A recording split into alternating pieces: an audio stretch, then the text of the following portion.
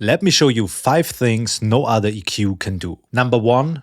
Network unmasking. Mixing and especially EQing is all about the context of all elements. As the EQ is building a network of all instances, it sees the full picture. And if we, for example, put only the bass and the piano in view, we can instantly see where they overlap.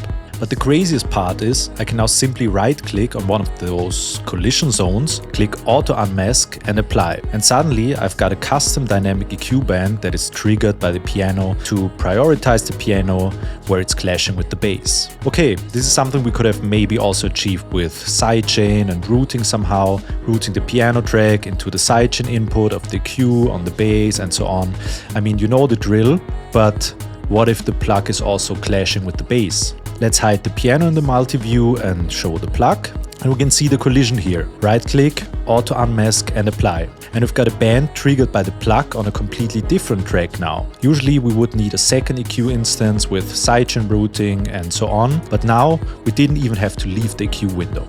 Number 2. Band surfing. Music is not static. The pitch is changing, and if pitch is changing, frequencies are changing. So why are we still doing static cuts? Let's solo our bass, and I want to clean it up in the lows. So I'm adding a low cut, and instead of picking a static cut frequency, I click this band surfing icon here, and now our low cut will follow the pitch of the bass, making sure our low end is perfectly cleaned up no matter which note is being played. 3. Linked bands. In the multi-view, you can reorder, rename and group all instances for a great overview. But there's another hidden feature that is insanely powerful. You can select multiple instances by holding the Shift key on your keyboard while clicking. And now once you add a band on one of those selected instances, it will not only appear on all of them, it will also stay linked, even if you clear the selection. On all of the instances, you will have this band now, and if you change it on one of them, it will change on all of them. Of course, you can also unlink an instance later on, turning the linked band into a normal band. This is amazing if you want to high-pass multiple instances with one click or push the highs of different vocal layers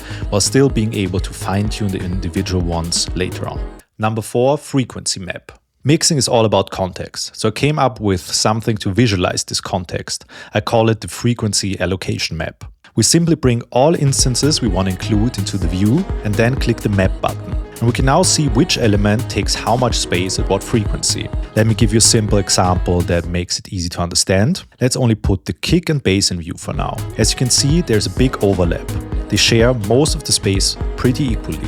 Let me cut off a lot of the low frequencies on the bass. And now you can see the map has completely changed. The low frequencies are fully owned by the kick now. Number 5. Smart matching and smart profiles. Let's let the smart engine do the EQing now. Let's start with matching. Use matching if you already have a reference signal you really like and want to show the plugin, so it can EQ your signal to sound similar. The reference can come via sidechain, from another instance in the network, or from a file. I'll do it with a reference audio file now on our piano. Now that it has the file of my reference piano sound, I let it listen to our piano for a few seconds, and I will instantly propose an awesome EQ curve to match our piano to the audio file I provided. The plugin doesn't need a reference unless you want it to exactly sound like a specific other sound. It knows how well mixed piano should sound.